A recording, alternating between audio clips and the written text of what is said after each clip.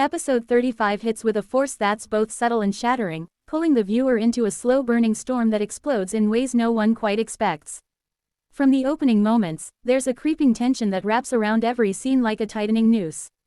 Characters who once felt invincible now stand exposed, cracked by pressure and haunted by their past moves. You can feel the emotional temperature rising as personal histories, betrayals, and hidden motives begin to collide. One of the most compelling aspects of this episode is its restraint. It doesn't rely on dramatic outbursts or over-the-top theatrics to make its point. Instead, it leans into the quiet breakdowns, the things left unsaid, the looks exchanged across tense rooms, the barely contained anger trembling beneath smiles. These subtle cues speak louder than words, revealing how close everything is to falling apart. There's a beauty in this kind of storytelling, where emotional chaos brews beneath controlled surfaces. A key turning point occurs when a character long seen as calculated and emotionally distant begins to show cracks in their carefully curated armor. It's not done through grand gestures but through small, human moments, hesitation, a faltering voice, a gaze that lingers too long. These moments don't just make them more relatable, they make them dangerous. Vulnerability here doesn't equal weakness.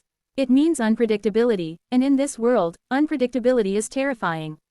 Midway through the episode, a confrontation brews that feels like it's been coming for a long time. When it finally erupts, it's electric. There's no yelling, no chaos, just sharp words, delivered with venomous calm, that land like knife wounds. Watching two powerhouses silently tear each other apart is chilling. The writing here is sharp, the pacing immaculate.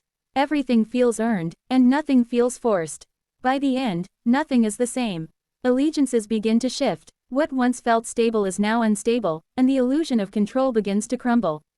The final sequence is haunting, quiet, nearly still, yet heavy with implication. You're left with the feeling that something huge has ended, and something even darker is about to begin.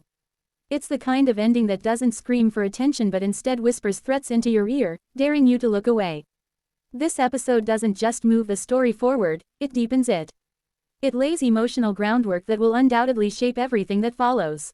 There's no going back from what happens here, and the characters know it. So do we. It's thrilling, it's painful, and it's absolutely unforgettable.